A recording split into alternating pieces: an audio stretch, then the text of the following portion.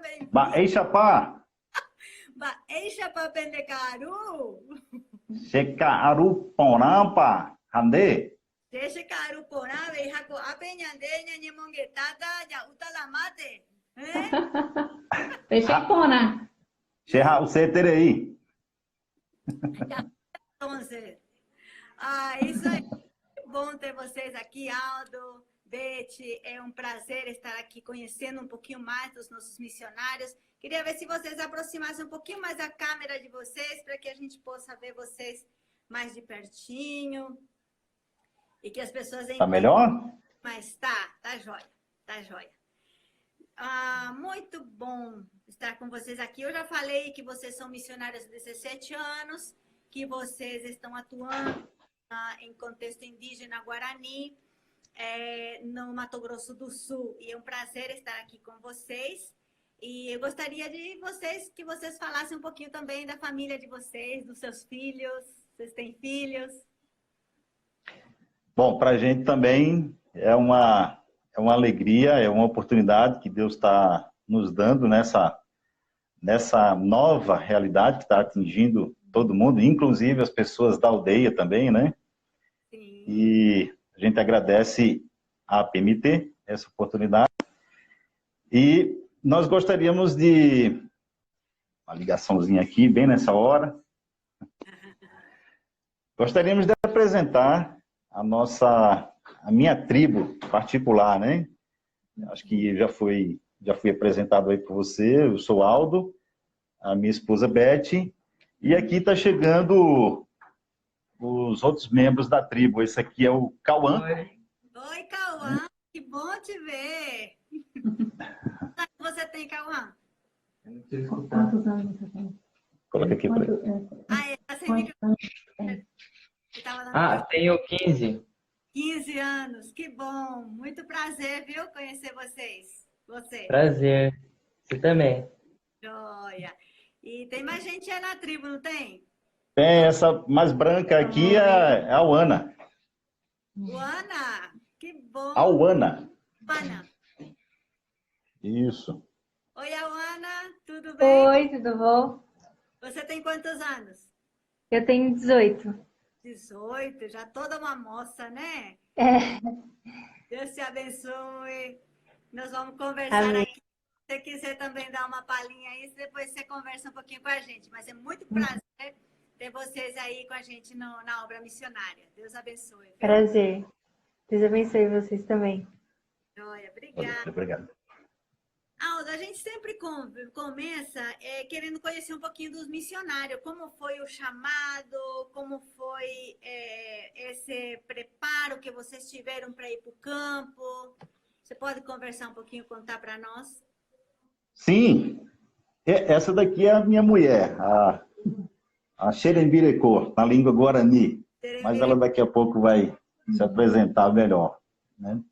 Então, tudo começou... né, quando eu tinha 7 para 8 anos, numa classe de escola dominical, onde a professora ali me mostrou, me ensinou o plano da salvação. E ali eu descobri que aquele Deus não está longe lá no céu, aquele Criador que fez a sua criação tão linda e maravilhosa, mas ele se portava comigo a ponto de mandar Jesus Cristo. E isso foi a vida, né? Isso eu descobri tudo. Eu fiquei muito contente, emocionado. Mas logo em seguida, essa alegria da salvação, eu pensei que essa mensagem era tão importante e tinham pessoas que, assim como eu, não sabiam. E eu queria falar isso para aquelas pessoas, né? E quando a gente é criança, a gente fala, né? Quando eu crescer, é isso que eu vou fazer. Eu vou falar disso para aquelas pessoas. Então, eu cresci com esse desejo, com esse alvo de vida, né? Com esse plano de gente grande, quando ficasse maior. Até que, na adolescência e depois que a gente teve algum tempo de igreja, aí eu fiquei sabendo o que está envolvido, né? Que isso é fazer missões. Então, o meu chamado basicamente foi assim. Certo. Você é natural de onde? Recife, Pernambuco. Recife, Pernambuco. Muito bem. E agora vamos conhecer também a minha colega aqui. Isso. Beijo. Então, eu sou filha de pais, né, paraguaios, e o primeiro contato que eu tive, assim, de missões foi quando eu tinha 8 anos. Era uma cruzada evangelística do Luiz Palau. Na época a gente morava no Paraguai, em Pedro Juan Caballero, e ali Deus falou meu coração em relação a levar o evangelho para aquelas pessoas que não conheciam ainda, né, a mensagem do evangelho. E aí eu cresci, terminei os estudos e tudo, e aí isso foi aumentando. Aí fui para fazer todo o preparo, né, para trabalhar especificamente com tribos indígenas, né? E me desafiou mais o fato, assim, de pensar que são comunidades que não têm acesso, né, todo o acesso que uma cidade oferece, né, nessa questão de conhecimento da palavra, de ter leituras, de ter a Bíblia, enfim, né? Então, Deus me desafiou a trabalhar especificamente com tribos indígenas. Que bom. Aí a pergunta que todo mundo quer saber, como foi que vocês se conheceram? Você, Mato Grosso, Pedro Juan Caballero, Paraguai. O que aconteceu aí? Isso foi no meu treinamento, né? Nós tivemos um treinamento teológico, tivemos um treinamento missionário, incluindo antropologia, linguística e como viver em condições de isolamento, que é onde não tem uma farmácia, um açougue, um supermercado perto. E no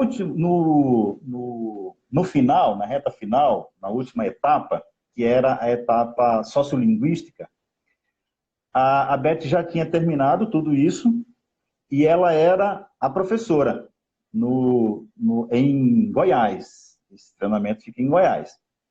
Sim. E ela ensinando essas noções de linguística, né? Foi ali que eu a conheci, né? Ela veio me explicar bem as coisas, começou a dar umas piscadas para mim, né? E eu, como aluno, chamei a professora para explicar melhor, né? Como é que foi? Você falou que conheceu o missionário Everton e aprendeu umas palavras em Guarani. Como é que foi isso? É verdade. No treinamento missionário, que fica nesse estado que eu estou hoje, no Mato Grosso do Sul, numa cidadezinha no interior, né? É um treinamento prático de 1 ano, mas no meio do ano eu tive férias e pela proximidade com o Paraguai, eu dei um pulo até Concepción, onde existia ali um missionário naquela época era Junta de Missões Estrangeiras. E eu resolvi... E a cidade no Paraguai, né? Tem. E ali eu dei os primeiros passos com o idioma guarani, né? Foi o meu primeiro contato. E eu lembro que, sem conhecer a Beth, naquela época, eu perguntei algumas frases e uma delas foi como fala eu te amo, em Guarani. Né? E aí voltei, passou 1 ano, cheguei no treinamento linguístico, fiquei sabendo que ela falava Guarani e dei uma de esquecido. E perguntei para ela, olha, vou falar agora a expressão, né? Que é Xerou Hahueterei. Eu te amo muito. Mas eu falei para ela, eu esqueci o que significa. Né? Perguntei para ela se eu estava falando certo. Ela disse, não, você falou certo. Mas aí, o que significa? Ela disse, eu não sei. É coisa contrária, né? É verdade. Poucos ela foi lembrando o que significa. Na verdade, eu queria saber quais eram as intenções, né? Porque a frase, o conhecimento dele era só esse, né? Ah, tá certa. Aí você foi como boa professora e conheceu o aluno, né? Muito bem. Foi muito joia. E qual foi o preparo que vocês tiveram? Como foi todo esse preparo? Como está sendo esse preparo de vocês para que vocês possam desenvolver esse ministério aí? Um pouco, eu já adiantei. depois que amadureceu aquela ideia, né, de falar para aquelas pessoas que não conheciam, que era missões, é fazer missões, né? Aí eu percebi que precisava mesmo de um preparo mais adequado. E isso envolvia um treinamento missionário, né, teológico e também antropológico e linguístico, uma vez que a gente já pensava em trabalhar em falar do Evangelho da Graça de Cristo para umas pessoas que tinham um modo de vida diferente e uma língua também própria. Então era necessário esse treinamento. Então o treinamento foi teológico, sociocultural, antropológico e linguístico. Exatamente, foram esses o preparo que a gente teve, né, para chegar ao campo, né? Você tem que ter uma bagagem do que você vai enfrentar e os métodos que você vai usar, né, nessa questão de aquisição de cultura, de língua, né, o respeito às comunidades com quem você vai trabalhar, né? E já no campo, já em convivência com a realidade que a gente vivia, nós fomos percebendo outras necessidades, né? Eu mesmo, antes de concluir todo o treinamento, eu fiz um curso básico, hoje já extinto, né? De auxiliar de enfermagem. E depois de uns anos eu complementei para ter o certificado de técnico de enfermagem. Que a área da saúde é uma área muito, muito carente, sempre precisa, né? E o Aldo, ele fez também a faculdade de serviço social, como assistente social, né? Para a gente melhor assistir a comunidade que a gente trabalhava, né? É que no campo missionário vão surgindo necessidades e dessas necessidades, oportunidades de servir a Deus, ao povo e portas se abrem dessa maneira, né? Para um testemunho mais específico e melhor com a realidade daquela gente, daquele povo. Então, mesmo no campo, mesmo tendo um preparo já missionário, às vezes é necessário um preparo mais específico para atingir aquele alvo, né? Então, também eu fiz uma pós-graduação em antropologia, né? E outros cursos também de trator e mecanização agrícola, né? Administração, né? Para servir aquele povo. E realmente, portas se abriram, nós tivemos mais vínculo com aquelas pessoas ali, né? E foi possível ser bem mais útil para aquela gente. E um testemunho melhor, né, do Evangelho. Aqui o Guilherme está perguntando se vocês sempre tiveram a convicção de trabalhar com os povos indígenas ou se a PMT direcionou vocês para esse ministério. Como foi? A PMT, ela respeita muito a convicção que Deus nos dá. Ela trabalha junto conosco. Então, quando nós decidimos, nós mostramos para eles esse desejo, essa direção de Deus, eles nos apoiaram, né? Eles não redirecionam, né? Eles não falam, olha, esse campo aqui é melhor, esse daí não dá certo, embora eles nos aconselham e nos acompanham, né? Mas respeitam muito a convicção que Deus tem dado, o chamado, a direção, né? Claro que eles avaliam. Tem, né? Isso, claro que eles avaliam junto, né, tudo que está envolvido, mas no começo, né, eu não tinha essa direção específica para povos indígenas, né? Mas durante esse amadurecimento, Deus me mostrou que era essa a sua vontade, né? Era essa a direção que ele queria para nós dois. E a Beth, ela já estava nesse contexto de missionária entre os indígenas.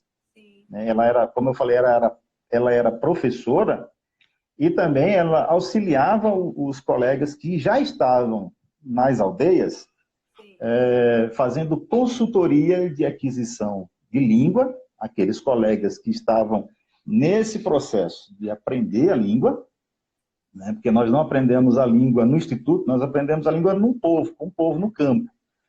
Né? E ela já era missionária nesse contexto, né? Entre os índios. Agora, uma coisa que é interessante, Emma, nesse sentido, é que quando você tem vamos dizer assim, a pessoa tem, eu acho que Deus está me chamando para determinado campo, que seja o campo indígena, né? O próprio treinamento em si vai fortalecendo essa convicção dentro da pessoa, né? Vai te mostrando leques que esse ministério vai exigir da pessoa, né? As áreas que ela vai ter que atuar, como que é lidar com isso, os preços, né, que vão ser pagos em relação a esse envolvimento, enfim. Então, isso também vai solidificando a convicção que a pessoa tem, o próprio treinamento que ela se dispõe a fazer, né? E, claro, né, é uma decisão muito pessoal, é a pessoa e Deus em relação à convicção de ministério, né? Certo. Alguém perguntou aqui também sobre a tradução da Bíblia. Vocês podem falar um pouquinho da Bíblia que vocês usam? Como é que é a tradução da Bíblia? Nós usamos essa aqui. Nyandejara Nye, a fala do nosso dono. Nós estamos aproveitando uma tradução no idioma guarani do Paraguai. As pessoas com quem nós trabalhamos também falam o Guarani. Mas estamos percebendo que precisamos fazer algumas adequações para o contexto tribal indígena. E para isso, nós precisamos ter um conhecimento prévio da língua. Nós precisamos conhecer a gramática, as expressões idiomáticas, um funcionamento, e precisamos também conhecer a maneira de pensar daquele povo para fazer uma tradução que tenha uma mensagem relevante para eles. Então, precisamos ter o conhecimento da língua, da cultura do povo, além, é claro, do conhecimento teológico, para que a Bíblia seja traduzida sem abrir mão dos valores da palavra de Deus. Isso não é negociável, né? Isso. Talvez uma coisa que, só para esclarecer também, o Guarani tem 3 dialetos, né? Talvez a que a maioria das pessoas já tenha ouvido é o Kaiowá, mas tem o Kaiowá, o Nhandeva e o Umbuá. Nós trabalhamos, né, com o dialeto Nhandeva. O Guarani Kaiowá e o Guarani Umbuá são dialetos do mesmo tronco tupi, né, tupi-guarani, e com algumas diferenças, né? Não são diferenças gritantes, mas tem de pronúncia, de vogais, algumas diferenças assim, mas dá para você se comunicar, né? Mas realmente são 3 dialetos diferentes, né? Da mesma língua, do mesmo idioma. Olha. E como é que foi essa entrada de vocês quando vocês foram para a aldeia? Conta um pouquinho do projeto, do início do projeto, como está sendo o avanço, como vocês estão trabalhando com a cultura, com o material. Fala um pouquinho do projeto. Eu sempre lembro, eles contam para a gente quais foram as primeiras impressões deles, depois de uns anos, eles contaram para a gente. E a família do cacique pensava que a gente estava entrando na aldeia para prender o cacique, pensava que eu era da polícia. Então, você imagina que nós estamos chegando numa aldeia com pessoas totalmente desconhecidas. Então, eles acham, são pessoas suspeitas, né? E vem aquela curiosidade, o que eles querem aqui, né?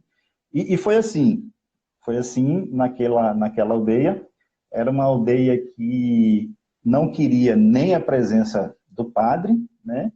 Então, nós chegamos no começo como agentes secretos ali. A gente podia dizer que era evangélico, que era missionário, né?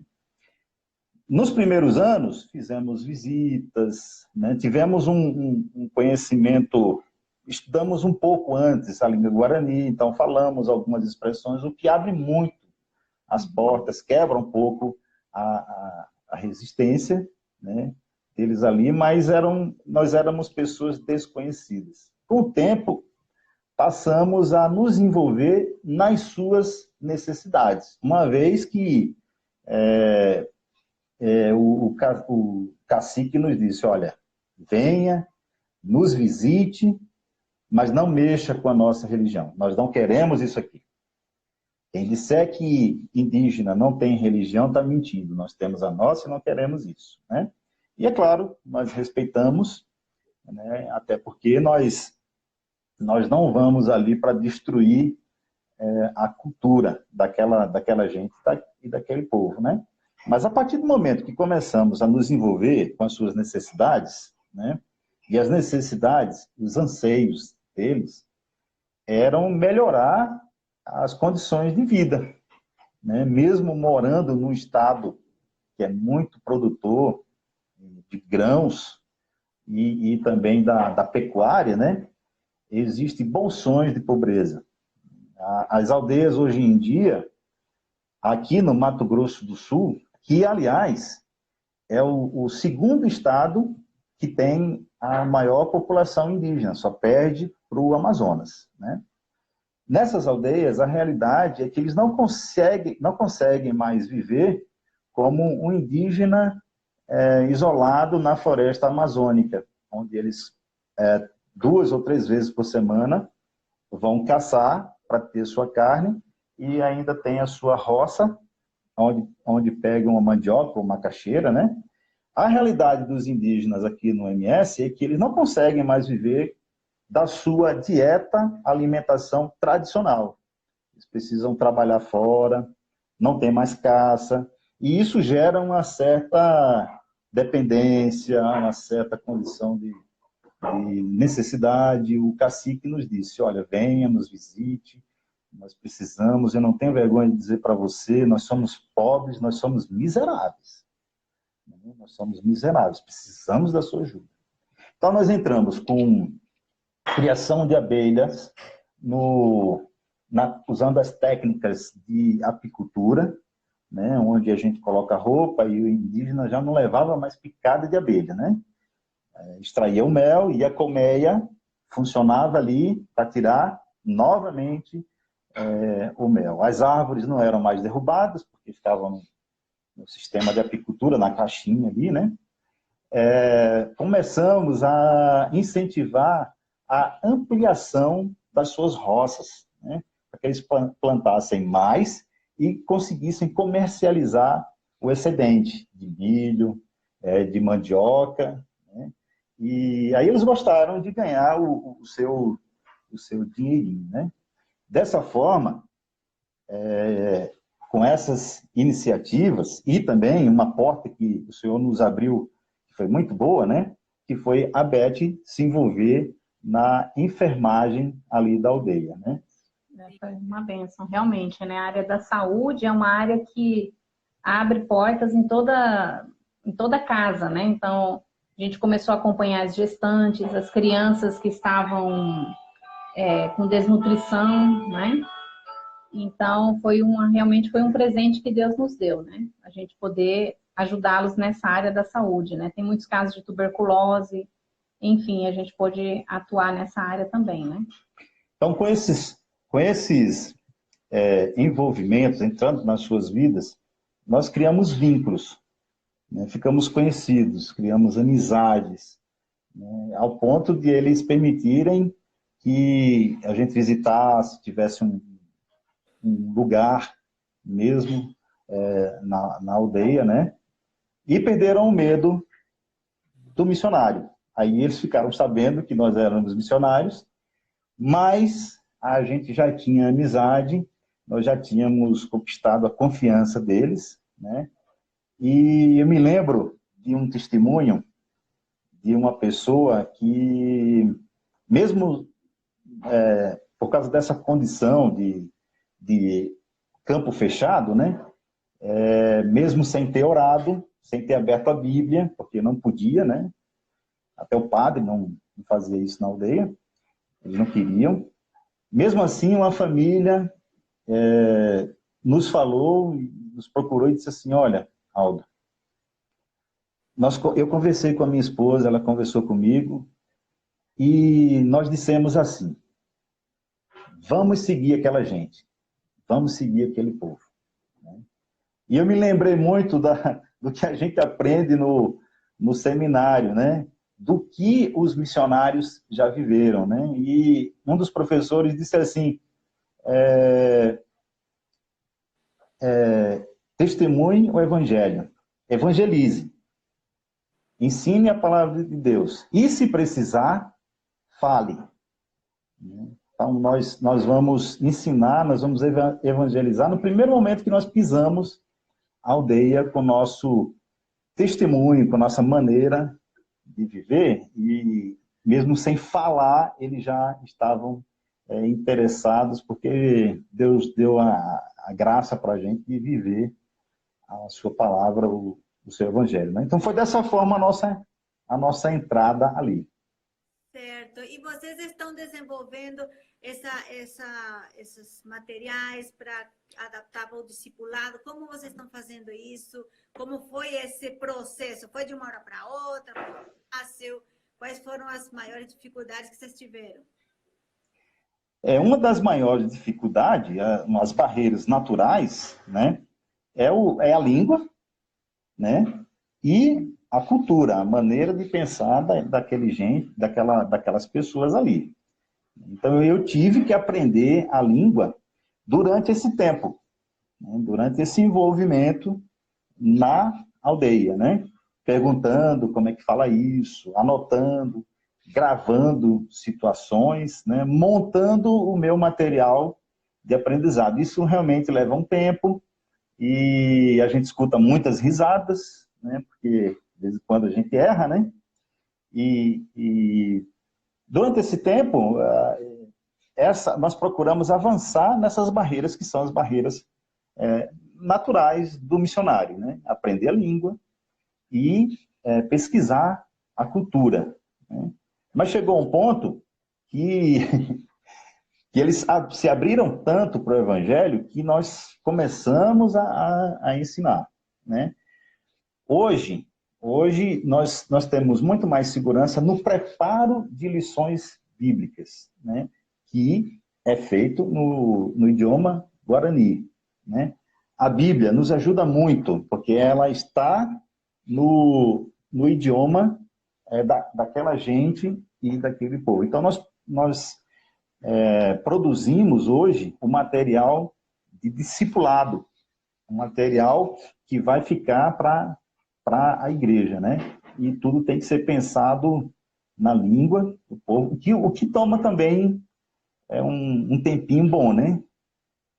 É interessante, assim, que as aldeias que são próximas às cidades, né, várias, hoje tem muitas outras comunidades que se instalam no meio da aldeia, né, de igrejas, né, mas é interessante que a maioria delas, o ensino é em português, a Bíblia que usam é em português, porque por eles serem bilíngues, pelo menos a grande maioria, né, não os idosos e nem as crianças, mas a grande maioria é bilíngue. Mas é um conhecimento da língua portuguesa ainda limitado, em se tratando de coisas mais profundas, de coisas espirituais, a própria expressão deles, dos sentimentos deles, né, e tudo, é no idioma deles, não é em português.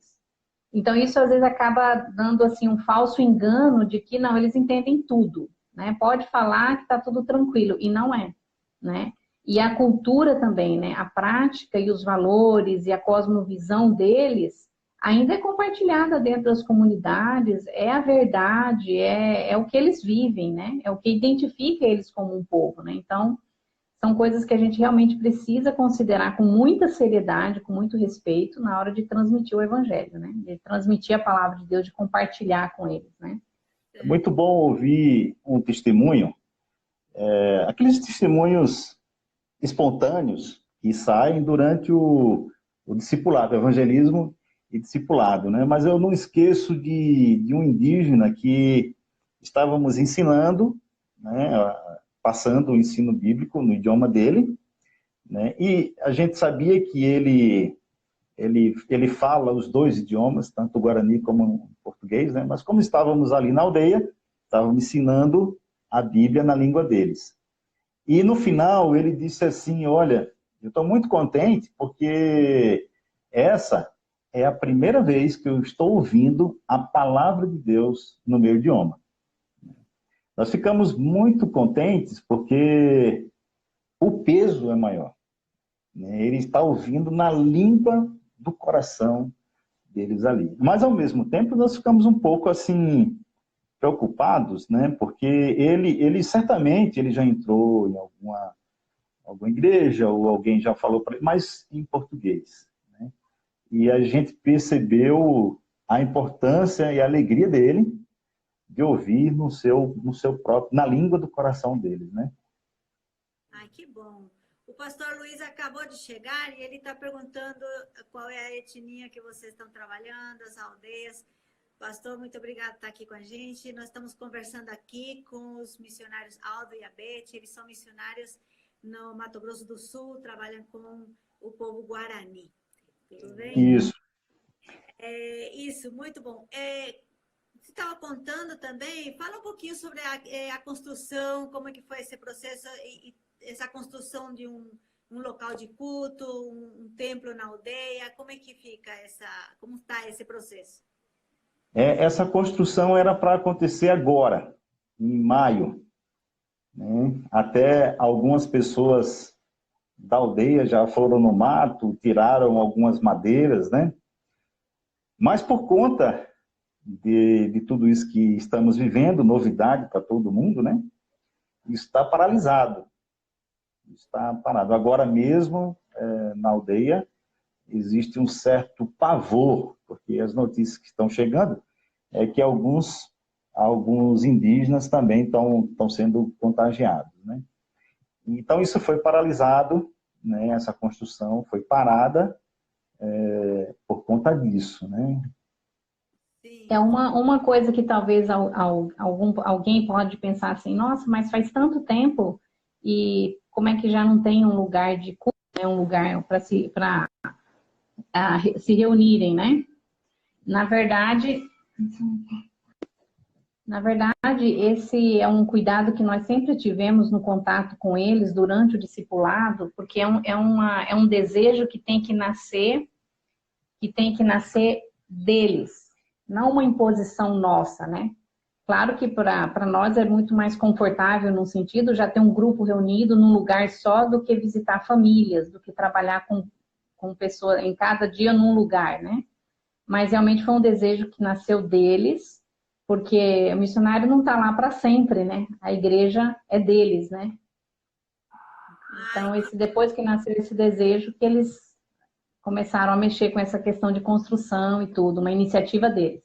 Que bênção! Então, agora passando a pandemia, de repente abre aí essas portas aí. Sim. Vamos Sim. esse templo construído, para que eles mesmos estão querendo esse lugar de adoração, né?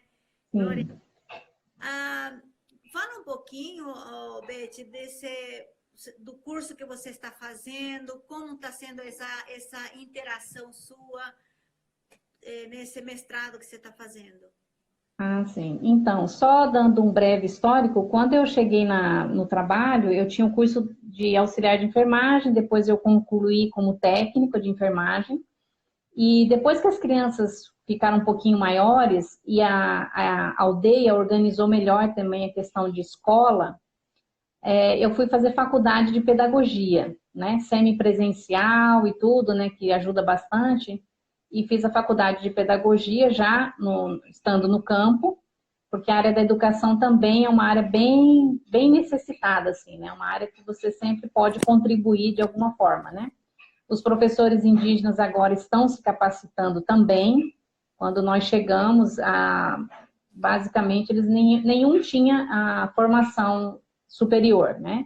Só tinha o ensino fundamental e as crianças iam para a cidade para terminar o ensino fundamental e concluir seus estudos. Hoje já é diferente. Hoje os professores, eles têm formação superior, eles dão a aula na aldeia, mas até o 9º ano. O ensino médio e ensino superior tem que ser fora, né? Certo.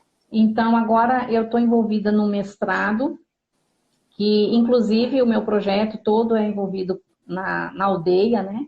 E esse mestrado é o primeiro que a Faculdade Indígena da Federal de Dourados está organizando, que contempla exatamente esse público, né? De indígenas que já têm a formação, já têm a graduação e estão dando um passo a mais no sentido de serem mestres, né? Sim. E então eu estou envolvida nisso. Eles abriram 3 vagas para quem não é indígena e graças a Deus eu consegui uma delas, né?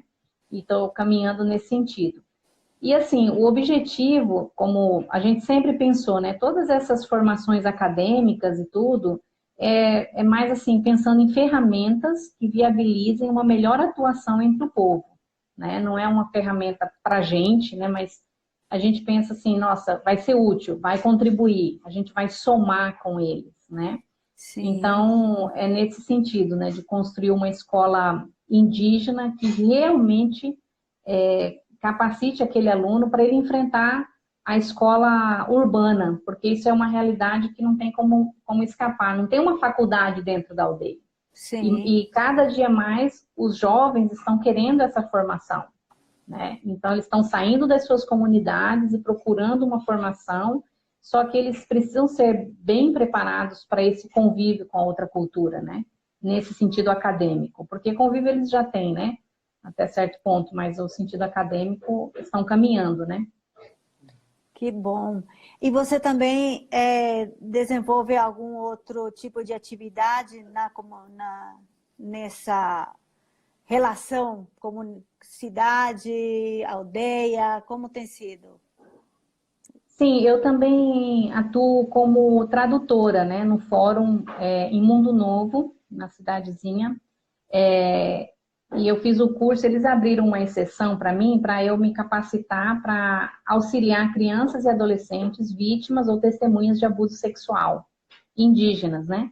Então, quando se trata de crianças indígenas que sofreram essa situação, estão nessa situação, o juiz, eu vou lá e sou a tradutora da história dessa criança. Tá? Então, ela conta a história dela em Guarani, e eu faço toda essa tradução nesse meio judiciário, né? Que é um meio, assim, até pra gente é meio assustador, porque a gente não convive muito com isso, né? Mas para uma criança indígena, um adolescente indígena é muito mais, né? Então, eu tenho atuado nesse sentido também, como tradutora, não só no sentido das crianças e adolescentes, mas de adultos também, né? Muitos aposentados, eles sofrem golpes, né? De empréstimos que eles não fizeram, e eles vão para a justiça, o banco quer cobrar, né, o empréstimo, mas ele foi lesado e o idoso Guarani não fala português de jeito nenhum, né? Então eu tenho ajudado nesse sentido também, né? Nessas situações jurídicas, né?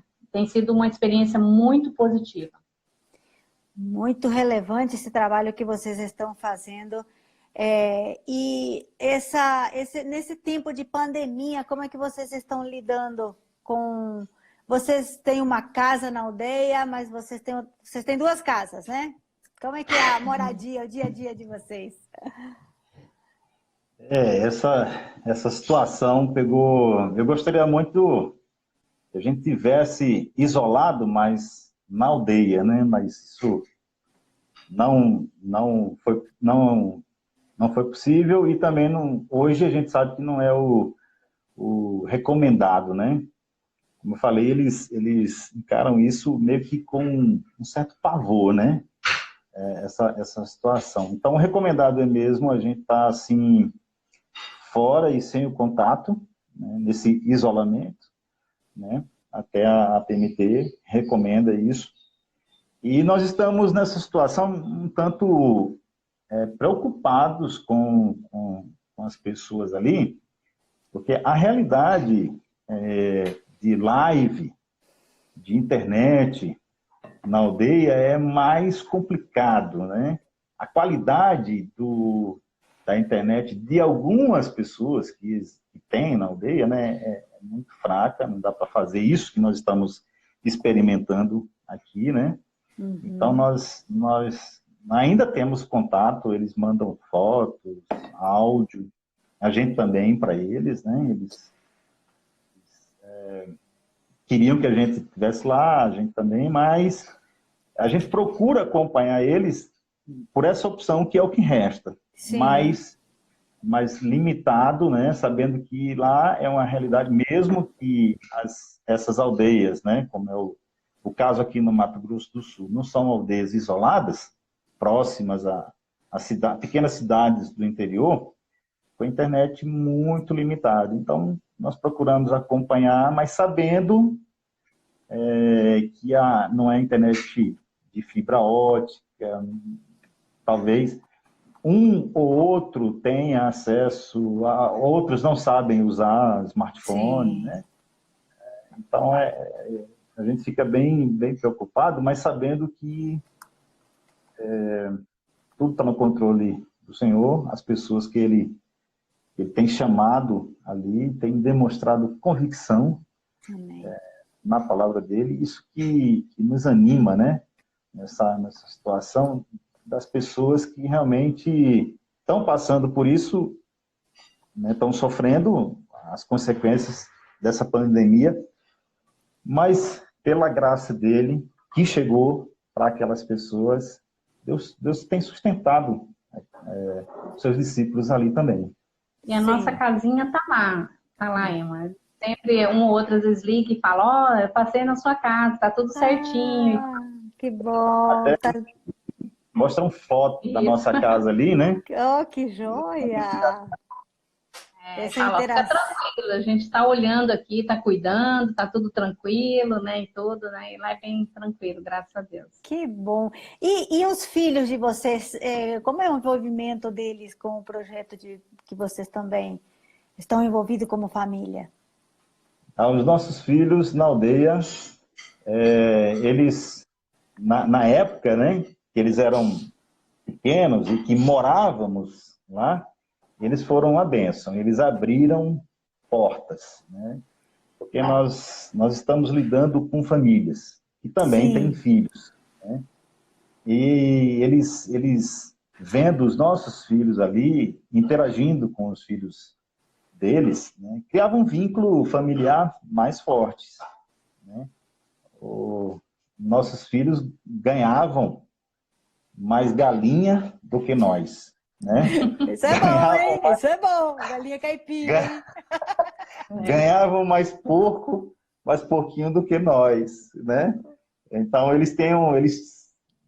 quando a gente não vai para a aldeia com eles, olha, a gente tem que responder a muita gente. Olha, cadê o Cauã? Cadê a Ana?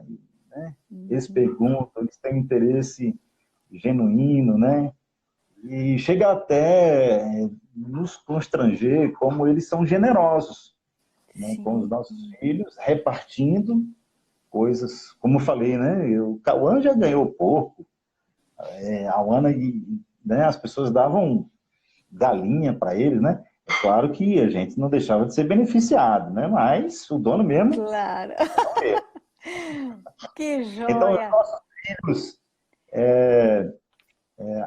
a gente dá graças a Deus por isso, que eles abriram portas, estreitaram mais relacionamentos, né? E eles ficam muito contentes, né? De ver os meninos ali também, né? Que legal. Nós estamos, a conversa está sendo muito gostosa, estamos quase chegando já ao final, 1 hora está passando muito rápido. Nós temos algumas perguntinhas que nossos internautas fizeram. A gente sempre tem aquele quadrinho, né? E tem 3 perguntas aqui que eu vou passar para vocês para a gente ouvir um pouquinho. A Edilenes Silva, ela fez uma pergunta aqui. Como é fazer missões no Brasil e qual foi a dificuldade de fazer missões entre os povos indígenas? Então, eu acho que foi muito acertada essa mudança, essa colocação dos povos indígenas e outros grupos na APMT, que é Agência Presbiteriana de Missões transculturais, porque mesmo no Brasil, né, mesmo dentro das fronteiras, nós estamos lidando com umas pessoas que têm uma língua própria e um jeito próprio de viver. Nós já presenciamos várias cerimônias, vários rituais, né, e vários conceitos ali no dia a dia de uma etnia própria dentro do Brasil, mesmo que a gente não cruzou um oceano, não carimbou o passaporte, mas nós estamos dentro do Brasil lidando com uma cultura, um povo definido e específico, onde é necessário, né, ultrapassar os obstáculos da língua, para comunicar o que nós queremos, e da cultura, para que a mensagem seja relevante aos seus corações. Então, os obstáculos naturais que uma pessoa que quer trabalhar com os indígenas é esse, a língua e a cultura. Sim. E outra coisa, assim, a questão de resultados, né, de tempo, né, porque às vezes a pessoa pensa que vai ter o resultado logo, né, a gente precisa ter logo resultados e ver fruto daquilo, e nessa questão de você estar trabalhando com uma cultura diferente, uma língua diferente, como o Aldo falou, um idioma diferente, você estabelecer relacionamentos, isso tudo leva tempo. Né? Você, dentro da sua cultura, você se move com liberdade. Você sabe o que convém, o que não convém, o que falar, o que não falar, como me comportar, em quais situações eu posso ou não, enfim. A gente se move porque é um chão, é um cenário conhecido. Mas quando eu estou lidando com uma outra cultura, é diferente. Eu preciso aprender tudo. Quando eu falo, quando eu posso falar, como eu tenho que me comportar, os valores são outros, né? Enfim, N coisas, né? Então, isso leva tempo para você conhecer e para a pessoa compartilhar com você esses valores. Porque muitas vezes, por causa de serem ridicularizados, nada a ver isso aí, imagina acreditar nisso, que coisa, que bobeira isso e tudo, eles vão se fechando e não vão compartilhando com qualquer pessoa, né, esses valores. Né? Então, isso leva tempo. Então, uma das dificuldades, assim, também é essa questão, né, do tempo, para estabelecer tudo isso, né? Agora, Sim. eu vou falar, é muito bom, né? É muito bom estar na vida daquelas pessoas, sabe? Eu posso dizer que eles nos alcançaram também com o seu jeito, né? Eu já falei da generosidade daquelas pessoas. Quando eles fazem amizade, é amizade para valer mesmo, né? Então, eles também nos alcançaram. É muito bom, sabe, tá na roda do tereré com eles na aldeia, né?